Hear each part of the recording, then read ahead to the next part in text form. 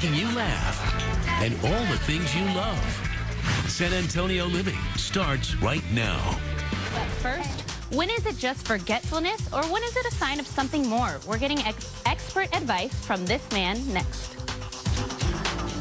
You're watching San Antonio Living. Well, sometimes we tend to forget things, and it could be a little bit of a memory loss. Not to panic. There's actually a way to help that. So with us today is Dr. Jonny Bowden. How are you, doctor? I'm great. Thanks to see you. Nice to see you. Very happy you are here because we all struggle with this, and sometimes we're like, oh, I'm losing my brain. Something is up. What is wrong with me? But the reality is we all forget things. We all forget things. Yes, we do. And a lot of it is not really memory loss. It's attention problems. I mean, when we've got assaulted with so much information. So I was doing a TV show the other day, and she said, I don't even remember the traffic I just read about. Sure. It's because we're trying to pay attention to too many things, and we can't really multitask. So we don't need to panic about losing our memory just because we can't remember what we ate for breakfast. Exactly. So you would say, okay, it happens to everybody. That happens to everybody. Don't panic, but there's also ways to treat it. There's absolutely ways to treat it, and there's a number of things that really do make you lose memory, lose function in the heart, the brain, all these things. And at the heart of all of that is inflammation.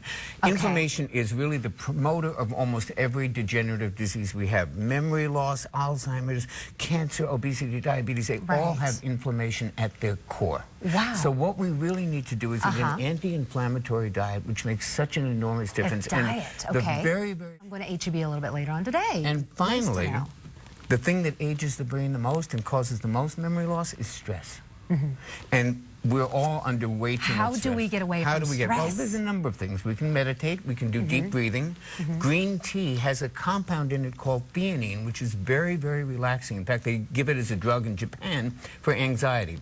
And it can be extracted into something called Suntheanine, a wonderful product, very, very purified. And that's actually the active ingredient in green tea. I would suggest drinking green tea all day long, but you can also take Suntheanine as a wonderful way to just reduce stress. And stress shrinks a section of the brain involved in memory. That is not good. Those are very good things to know. Now, guys.